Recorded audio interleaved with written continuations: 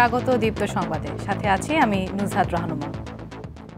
আওয়ামী লীগকে নিষিদ্ধ করার দাবিতে জাতীয় নাগরিক পার্টির নেতৃত্বে ছাত্র জনতা রাজধানীর শাহবাগ মোড় অবরোধ করেছে। সেখানে আছেন সহকর্মী নূর আলম, সরাসরি তিনি যুক্ত হচ্ছেন আমাদের সাথে। নূর, এই মুহূর্তে শাহবাগের পরিস্থিতি কেমন দেখছেন, আর গণজমায়েত কর্মসূচির বিষয়ে নতুন কোনো তথ্য আছে কিনা আমাদের জানাবেন।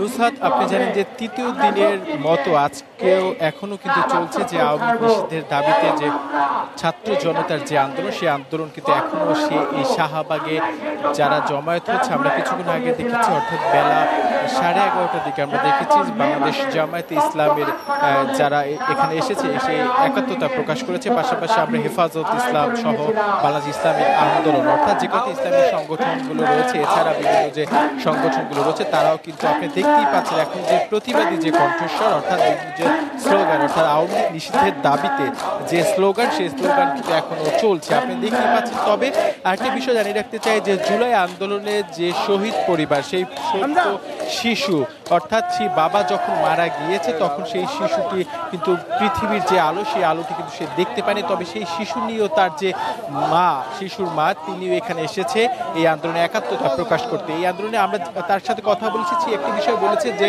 তখনই সেই শহীদের পরিবারে আত্মা তখনই শান্তি পাবে যখন এদের এখানে যে শহীদ এবং তার যে শহীদ এবং যে শহীদের যে বিচার, অর্থাৎ আপনি জানেন যে জুলাই আন্দোলনে যে শহীদদের সংখ্যাও কিন্তু প্রকাশ করা হয়েছে, তখনই কিন্তু তাদের আত্মা শান্তি পাবে, তারাই এমনটাই বলছে পরিবারের সদস্যরা। তো আপনি দেখতে পাচ্ছেন যে বিপ্লবী যে স্লোগান, অর্থাৎ আওয়ামী লীগ নিষিদ্ধের দাবিতে আপনি জানেন যে গতকালকে যে এনসিপির দক্ষিণাঞ্চলের যে মুখ্য সংগঠক হাসনাত আবদুল্লাহ, তিনি কিন্তু 3টি দাবি দিয়েছে, 3 দফা দাবিতে কিন্তু আজকে বিষয়টি যদি একটু বলতে চাই, এখনো কিন্তু যে গণজমায়েতের যে কার্যক্রম, সেই কার্যক্রম কিন্তু আমরা জানি যে বেলা 3টার দিকে কিন্তু অনুষ্ঠিত হবে। তবে এখন পর্যন্ত আমরা যে বিষয়টা দেখছি, কিন্তু জমায়েত হওয়ার আগেই এখন পর্যন্ত কিন্তু মানুষ বিভিন্ন স্থান থেকে আসছেন এবং বিভিন্ন স্লোগানে ব্যানার এবং ফেস্টুন আমরা দেখেছি, এখানে আম জনতাও কিন্তু এখানে যুক্ত হয়েছেন। তবে এখন পর্যন্ত আমরা যে বিষয়টা দেখতে চাই যে পরবর্তী কোনো কিন্তু দিক নির্দেশনা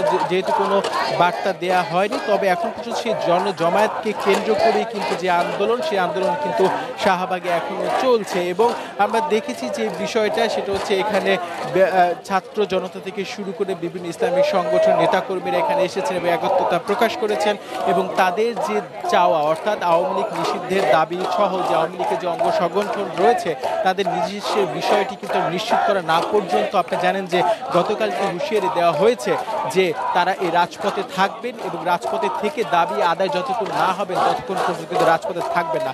আপনি শুনতেই পাচ্ছেন আমার সামনে যে স্লোগান হচ্ছে, সেই স্লোগানে একমাত্র হচ্ছে যে আওয়ামী লীগ নিষিদ্ধ যতক্ষণ না হবে ততক্ষণ পর্যন্ত কিন্তু রাজপথের যে প্রতিটি তার নুসহাত, আপনি জানেন এই ছিল আমার কাছে সর্বশেষ খবর। পরবর্তী হয়তোবা যেহেতু জানেন যে বিকেল 3টার পরে হয়তো নতুন কর্মসূচি ঘোষণা হতে পারে গণজমায়েতের পর, তারপরে আসলে আমরা জানাতে পারবো যে এখানে আসলে নতুন কি কর্মসূচি দেয়া হবে। তবে এখন পর্যন্ত আমার কাছে ছিল এই সর্বশেষ।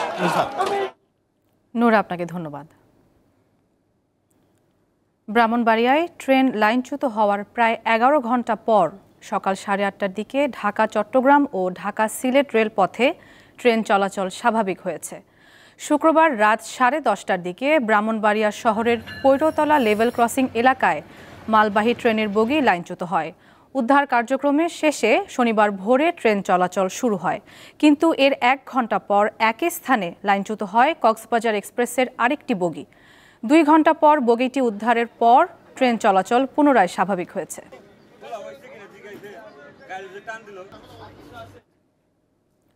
বরেণ্য সঙ্গীত শিল্পী, গবেষক ও লেখক মুস্তাফা জামান আব্বাসী আর নেই। শনিবার ভোর 5:30টায় বনানীর একটি হাসপাতালে তিনি মারা গেছেন। মুস্তাফা জামানের বয়স হয়েছিল 87 বছর। তার মেয়ে শারমিনী আব্বাসী জানান, গত কিছুদিন ধরে বার্ধক্যজনিত নানা জটিলতায় ভুগছিলেন মুস্তাফা জামান আব্বাসী। সবশেষ গতকাল শুক্রবার শ্বাসকষ্ট নিয়ে হাসপাতালে ভর্তি হয়েছিলেন। দীর্ঘ কর্মজীবনে তিনি বাংলাদেশ শিল্পকলা একাডেমির মহাপরিচালক সহ বেশ কিছু প্রতিষ্ঠানের নানা গুরুত্বপূর্ণ দায়িত্ব পালন করেন।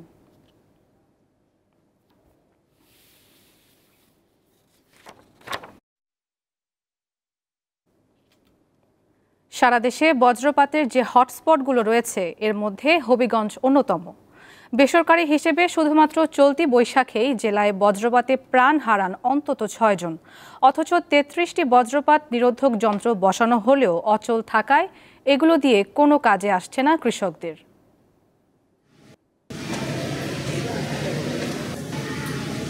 মাঠে ধান কাটায় ব্যস্ত 4 ভাই, হঠাৎ ঝোড়ো হাওয়া সহ আকস্মিক বজ্রপাত। এতে প্রাণ হারান হবিগঞ্জের বানিয়াচং উপজেলার আরিয়ামুগুর গ্রামের কৃষক দুর্বাস দাস। গুরুতর আহত হন অপর 3 সহোদর। স্বামীকে হারিয়ে দিশেহারা স্ত্রী, 2 সন্তান নিয়ে কিভাবে সংসার চালাবেন সেই দুশ্চিন্তায় কাটছে দিন। আমার স্বামী মারা গেছে এই ঠাডায়। তার বাড়িতে কি বর্ষাকালে আমার বাড়ি ঘর ভাঙিয়ে লাগাই, এই জায়গায় আমি আটকামো কেমনে আর আমি খামো কেমনে 2 বাচ্চা। শুধু দুর্বাস দাস নয়, বৈশাখ শুরুর পর জেলায় বজ্রপাতে প্রাণ হারান আরো 5 জন কৃষক। অবস্থা এমনই যে আকাশে হালকা মেঘ দেখলেই আতঙ্কিত হয়ে পড়েন মাঠে কাজ করা কৃষকরা। এক ভাইয়ের উপরে ডাইরেক্ট পড়ছে আর আমরা উড়াই নিয়ে হলাইছি। আমাদের প্রতিদিন হাওরে যাওয়া লাগে, যখন দিনে ডাকে তখনও যাওয়া লাগে, বৃষ্টি এলেও যাওয়াই লাগে, কারণ বৃষ্টির মধ্যে যাওয়া লাগে আমাদের। তখন বৃষ্টি এলে বজ্রপাত প্রচুর পরিমাণে টাড়া পড়ে। বিভিন্নভাবে আমরা আতঙ্কতে আছি, কৃষিরা আমরা কাজ করতে গিয়ে ভয় ভীতিতে আছি। বজ্রপাত থেকে রক্ষায় 2021-22 অর্থ বছরে হবিগঞ্জের বিভিন্ন স্থানে 2 কোটি টাকা ব্যয়ে বসানো হয় 30টি বজ্র নিরোধক যন্ত্র। এরই মধ্যে বেশিরভাগ যন্ত্র অচল হয়ে পড়েছে। বজ্রপাত প্রতিরোধক যে মেশিনটা বইছে, মেশিনটা কোনো কাজ করে না। যেমন গত বছর আমার এলাকার 2 জন কৃষক মারা গেছে। সরকারের কাছে আমাদের আবেদন, ভালো একটা মেশিন দেওয়ার জন্য জনগণ যাতে সিট পায়। কৃষকদের এসব অভিযোগের বিষয়ে বরাবরের মতো কেবল আশ্বাসই দেন প্রশাসনের সংশ্লিষ্ট ব্যক্তিরা।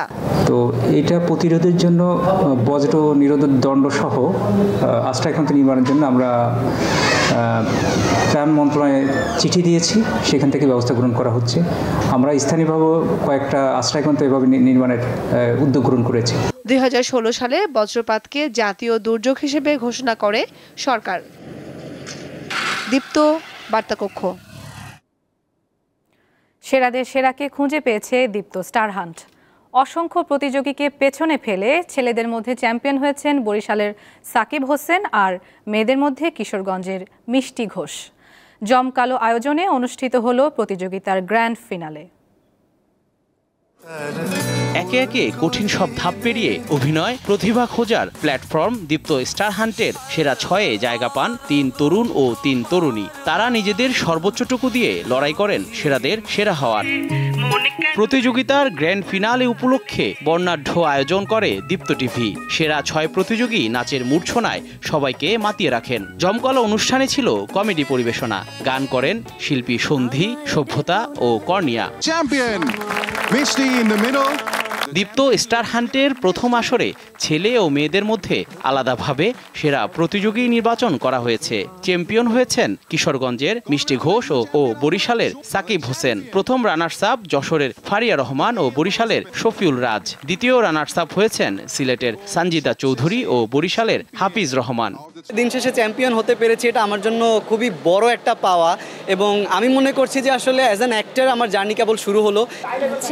এখানেই শেষ না, এটা আমার মনে হচ্ছে শুরু, জাস্ট শুরু। নেক্সট জার্নি জন্য নিজেকে প্রিপেয়ার করব। এখন একটাই টার্গেট, এখান থেকে বের হয়ে প্রচুর কাজ করা, দর্শকের মনে জায়গা করে নেওয়া, অনেক ভালোবাসায় থাকা। 3000 মানুষজন অডিশন দিয়েছে, তার মধ্যে থেকে এই পর্যন্ত এসেছি, এটা অনেক। বিজয়ীদের যেতে হবে অনেক দূর, তাদের জন্য শুভকামনা জানিয়েছেন বিচারকরা। আমরা চেষ্টা করেছি ওভারঅল ওদের স্কিল, ওদের অভিনয়, ওদের লেখাপড়া সব কিছু মিলে জাজ করার। আমরা খুব সম্ভাবনা কয়েকজন তরুণ তরুণীকে পেয়েছি, আশা করি ওরা ভালোই করবে। এদেরকে আরও অনেক দূর যেতে হবে, কেবলমাত্র প্রফেশনাল এরেনাতে এরা পা রাখছে। ধাক্কা আসবে, প্রত্যাখ্যান আসবে, রিজেকশন আসবে, এগুলো সামনে এগিয়ে যেতে হবে। সেরাদের নিয়ে পর্দায় কাজের পরিকল্পনার কথা তুলে ধরেন দীপ্ত টিভির প্রধান নির্বাহী কর্মকর্তা। এখন মোটামুটি ওরা রেডি স্ক্রিনে আসার জন্য, আর শেখার তো আসলে কোনো শেষ নেই, তো ওদের শেখাও চলবে, কাজ করতে করতে ওরা শিখবে। ঈদ থেকে শুরু করে আমাদের কিছু সিরিজ, কিছু ওয়েব ফিল্ম, সব জায়গায় ওরা কাজ করবে। Cinema, web film, web series ও টিভি সিরিজে অভিনয়ের সুযোগ পাচ্ছেন বিজয়ীরা। এছাড়া তারা কাজী মিডিয়া লিমিটেডের সঙ্গে 2 বছরের চুক্তিতে অভিনয়ের বিভিন্ন মাধ্যমে নিজেদের মেলে ধরতে পারবেন। জহিরুল মোহসান, দীপ্ত সংবাদ, ঢাকা। বন্দরনগরী চট্টগ্রামের জামাল খান এলাকায় উদ্বোধন করা হয়েছে ডমিনোজ পিৎজার 40তম রেস্টুরেন্ট। 6 মে এক উৎসব মুখর পরিবেশে রেস্টুরেন্টটি উদ্বোধন করা হয়। এই উপলক্ষে যে কোনো রেগুলার সাইজের ক্লাসিক ও সিগনেচার রেঞ্জের পিৎজা পাওয়া যাচ্ছে মাত্র 199 টাকায়। সীমিত পরিসরে অফারটি চলবে 15 মে পর্যন্ত। এছাড়াও উদ্বোধন উপলক্ষে 2টি এক্সক্লুসিভ কম্বো ডিল চালু করা হয়েছে, যা পাওয়া যাবে 20 মে পর্যন্ত। জামাল খান আউটলেট প্রতিদিন সকাল 11টা থেকে রাত 12টা পর্যন্ত ডাইনিং ও টেক অ্যাওয়ে সার্ভিস দেবে এবং রাত 1টা পর্যন্ত হোম ডেলিভারি সেবা চালু রাখবে।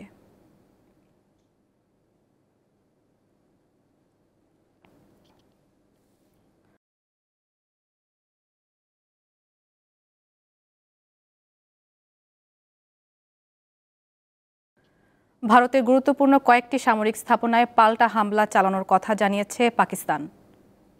এতে এক সরকারি কর্মকর্তা সহ ভারতের বেশ কয়েকজন নিহত হয়েছে বলে জানিয়েছে সংবাদ মাধ্যম এনডিটিভি।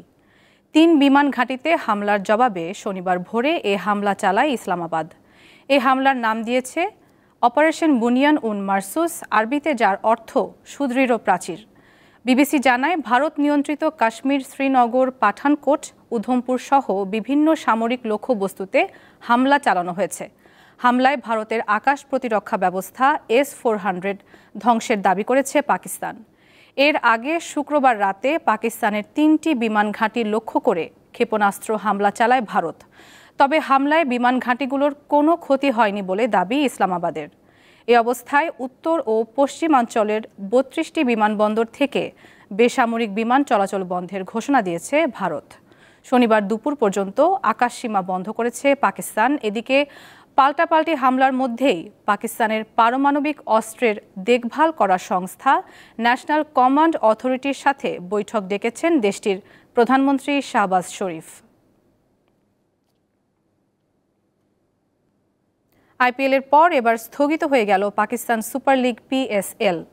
এক সংবাদ বিজ্ঞপ্তিতে পাকিস্তান ক্রিকেট বোর্ড PSL এর বাকি থাকা 8টি ম্যাচ স্থগিত ঘোষণা করেছে। যদিও এর আগে পিসিবির পক্ষ থেকে জানানো হয়েছিল PSL এর বাকি ম্যাচগুলো সংযুক্ত আরব আমিরাতে অনুষ্ঠিত হবে।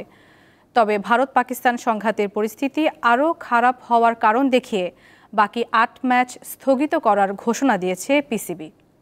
ভারতীয় প্রিমিয়ার লিগ IPLও 1 সপ্তাহের জন্য স্থগিত ঘোষণা করেছে ভারতের ক্রিকেট বোর্ড।